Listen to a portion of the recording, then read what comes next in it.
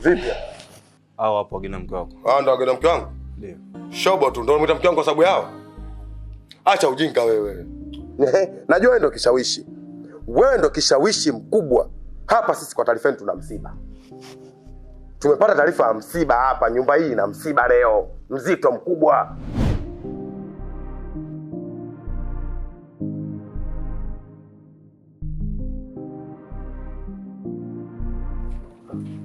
Punguza mashaka bwana. Tayari umefunga huo. Twende. Hujambo bibi? Salama, shikamoo. Marhaba. Habari za leo? Salama, shikamoo baba. Marhaba. Asante sana. Mimi nikushukuru kwanza kwa wema wako. Ama kweli umekuwa kijana wa kuigwa sana katika eneo hili. Watu wengi sisi wazee wanatuona kuwa ni wachawi, madhaifu, wabaya, na hasa ikifikia wakati wa kuhitaji msaada. Lakini wewe una moyo wa kipekee, moyo wa kibinadamu. Umetusaidia. Nashukuru sana mwanangu. Ila kuna kitu kimoja. Mzee Momba alikuja hapa. Ametoa malalamiko yake. Ya kwamba alimuita mumeo. Akamwambia kuhusu swala la kodi. Anadai taarifa hii leo ni wiki ya 3. Mumeo hajatoa taarifa yote kwamba atampa ile pesa au hapati. Hivi amekuja kwangu kuniambia niwaambieni.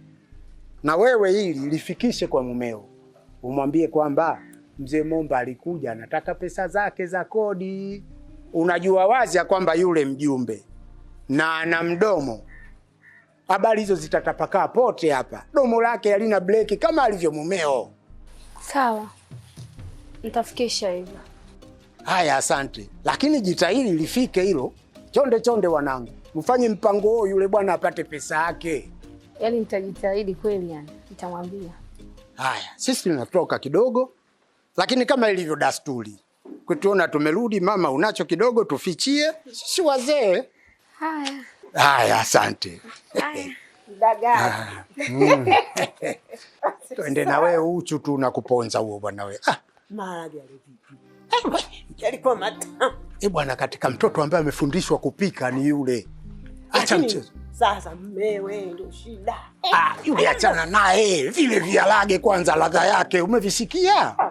Kwa mapishi wana nafundishwa Tanga yule. Mtoto anatokea wapi sijui yule. Tanga yule.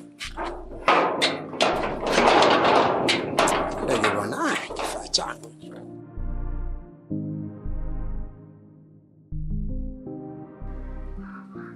Mwanangu ukitoka basi funga mlango, nje asiingie. Nzi. Ora na nzi ndo kitu cha msingi, kimzi ndo nzi. Niliolea nini mimi? Vipi tena asubuhi milangoni kwa watu? Tabia mbaya hii. Huu ni ujinga kabisa. Wewe asubuhi milangoni kwa watu. Unafuata nini? Kesho kweta mimi asubuhi milangoni kwa watu. Ni nini? Mzee aliniita. Ameambiwa na baba mwenye nyumba kuhusu swala kodi. Sasa enda kuongelea ndani, tukaongelea ndani kabisa. Sasa tunakaje kukaa katika kwa watu kuongelea masuala kama hayo? Maana yake ni nini? Yaani unatoka na wao ndo wanaondoka zao. Kwa ndio maana nikaja kukuambia hapa. Sasa Mzee Momba namba yangu si anayo? Kwa nini singenipigia mimi simu mpaka amwambie huyo mzee? Hayo mzee kama kwambia nini? Sasa kupigia simu wakati mimi kaniona pale. Kwa Mzee Momba kaona hajaongea na wazee wenzie. Kunipigia simu mimi kaona shida. Okay. Fanya ulipe, jitahidi. Najua jukumu langu mimi nalijua vizuri. Usiniingilie. Habari zenu? Salama. Bakuli imeoshwa. Hii bakuli yangu imefuata nini kwa huyu dada? Ile bakuli bibi jana aliomba maharage, kwa hiyo nikampa, naona kaamua kunioshia kabisa. Maharage? Ulimwekea maharage ubibi huko? Ngoja. Jirani, wewe dada, njoo. Hivi unavyoona jana hayo maharage yalijazwa mpaka juu au yalishia humu? Kipenyo, mimi hayo hayanihusu. Bibi ndo aliomba maharage, akapakuliwa akapewa. Kwa hiyo bakuli imefikaje kwako? Bibi ameniambia nioshe, nikimaliza kuosha niwaletee bakuli yenu. Nenda. Yaani ulimwekea maharage, yaani bakuli ulijaza ama ngoja kwanza. Mimi nataka nijue kwanza mke wangu. Bibi ndo ametoka.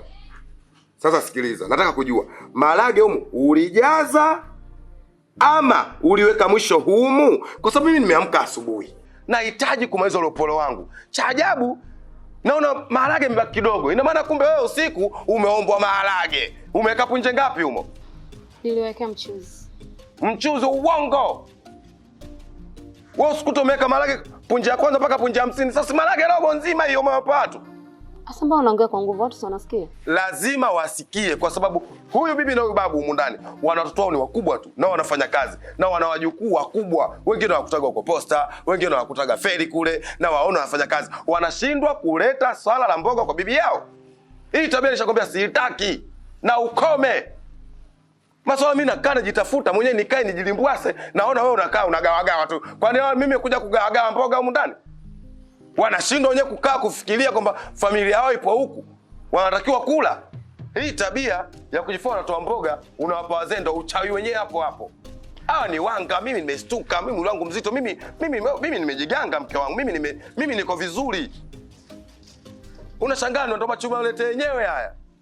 Wewe umejitigana na kaa tu hapa na mke ya hafanyi kazi lakini anakula. Unampa mtu mboga? Ndio sababu ya kulogea hapo hapo. Hawapendi watu maendeleo yangu. Mimi na maendeleo mazuri tu. Unakula unanenepa. Na kuletaga utumbo. Mchicha na kuletea maharage. Kama hivyo nakununulia nusu nzima unapika. Unagawa nusu, mimi nakula nusu na wewe. Unga nakununuliaga nusu. Unakula unapika ugali vizuri. Ubwabwa muda mwingine atakapokosa mafuta ya kula lakini chumvi, ukiweka na maji ubwabwa unanyooka, unajua kupika mke wangu. Mambo ya kukaa hivi mboga, ndio maana unakuta watu wanachukua riski. Sio kile anakomba mboga kwa maana anakomba kwa maana nzuri. Wengine wanachukua riski. Ukome. Na namfuata huko mzee Momba. Mimi siwezi eti mtu Momba namba yangu mimi anayo. Kwa nini asinipigie mimi simu mpaka apigie vichawi wenzie? Ukome. Swala la kutoa mboga. Na nishakukataza mara kibao. Mimi ndo natafuta hela. Yaani mimi nakaa na vitu zangu ni ile nishibe ni enjoy mimi na maisha yangu njilimbwase. Jitu linakaa linagawa-gawa. Wewe unakaa unagawa-gawa tu. Namfuata huko kwa mzee Momba. Shoga yangu pole sana. Asante, pole na wewe kwa kufokewa. Unawezaje kukaa na mwanamume mwenye gubu kama yule? Yaani acha tu. Yaani mwanamume ni lafi. Yaani staili ni wanaume wanapenda kula. Hivi kwa mtu unaongea kuhusu maharage? Yaani mwanamume na mambo yale ya zamani ya mababu zetu. Yeye ndo anaeleta kwa wakati huu. Ishapitwa na wakati. Kaa na mume wako msemi. Labda ataacha. Hivi unaweza kumsema mimi? Hivi si unaliona kabisa gumegume? Yaani nimechoka. Yaani singekuwa ndoa mimi ningeshamkimbia. Lakini nikwambie kitu. Mtu aachi kazi kama hajapata kazi. Ushanielewa. Nimechoka. Nimeshakuelewa. Ongea lakini kwa ndoa. Asante.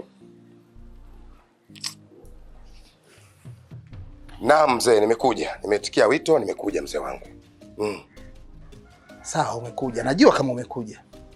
Kwani hujui kitu gani nilichokuitia hapa? Najua, lakini sasa kuna issue kidogo nilikuwa naisikilizia. Sasa ile issue haijakaa vizuri sana, haijakaa vibaya sana, yani ipo katikati hapa mzee wangu. Nyamaza kwanza. Wewe hapa hakuna sikujua hapa mtaani. Ukipewa uanze na A basi utafika mpaka kwenye Z. Umuhimu kwanza nataka kodi ifike kwa wakati. Unadaiwa huu mwezi wangapi hujalipa kodi? Hilo la kwanza. La pili, wale wapangaji wenzako wote wanalalamikia tabia yako ya uchoyo. Wewe unapika chakula, sawa ni cha kwako, lakini pale unakaa na wapangaji wenzio. Kila unapopika nyama, unachukua sufuria, ukiona mtu kaingia unaweka ndani. Wale unawaachaje wale wapangaji wenzako? Mzee Momba, nyama. Mzee Momba hapana. Nyama. Hii, nyama. Yaani nyama, niwape moja nyama. Mzee Momba nyama. Kiukweli nyama mimi hapana. Mimi nalipa kodi pale na kulipa. Chombo chote nipangisha mimi ndo mtawala. Nyama ikipikwa hakuna, kwa sababu kama juzi mke wangu alikosea sana. Nusu ni mvubue. Jirani amepika ugali wake, amekosa mboga. Eti kaja kampakulia marage, zile punje za makaribia 40. Nimezihesabu 1 2 mpaka 40. Kwani angemwekea punje 10 au 15 akamjezea na mchuzi tupu mimaji ile? Angekula singekula. Sasa namwekea marage yote 40. Mimi nakwambia kweli, kodi yako nitakupatia. Nipe siku 4 5 hizi mbele nakupatia. Lakini swala nyama pale hapana. Hapana. Kodi utatoa? Natoa. Na nyama utaweka pale masharti. Tena mimi unavyoniona mimi. Muona Bendele? Mimi ni mjumbe. Ndio. Kwa hiyo nina mamlaka kukuendesha wewe kama raia wangu na kama mpangaji wangu. Na vile vile kama hujui sasa. Na swala jingine, mkeo. Amefanyaje tena mke wangu? Mimi amefanyaje tena jamani? Amefanyaje tena mke wangu? Mkeo anadaiwa vikoba, hajalipa, anadaiwa michezo ile. Hajalipa. Kila siku hapa mimi naamua kesi za watu hapa kwa ajili yako wewe. Tabia ya uchoyo imekuja, mkeo naye anadaiwa vikoba, alafu wenyewe mnajiona mko sawa sawa. Wewe unafikiri kama msipoishi vizuri na wale majirani, ukianguka ghafla nani atakuokota? Au ndio kisaka wote wako huko Sambani huko? Kwa kweli mzee Momba, nikupeleke tu kweli mjumbe. Mimi mke wangu nishamzuia sana. Mambo kukopa sumu amala, sijui hasa, sio vikoba nishamzuia sana, lakini akikopaga napataga na mimi ananipa. Sasa kama unapata, lipa. Utakapolita kodi, nakupa siku hizi 2 tu, azizidi. Usipoleta kodi hapa, nikija tena kule, utanijua mimi nani. Ni lazima utahama. Ni lazima na hela ya vikoba ya mkeo ije hapa. Tizama na nyie, msikubali siku nyingi. Mzee Momba siongea mimi naye tayari ameisha pa kushirikisha watu baba. Tabia yako wewe lazima ijue. Mmemwona wewe? Nenda. Mimi ndo nitawaambia ukoje wewe. Tizama kwanza. Anadhalilishwa. Mke tapeli, mama tapeli. Wanadaiwa huko magengeni kila ukipita.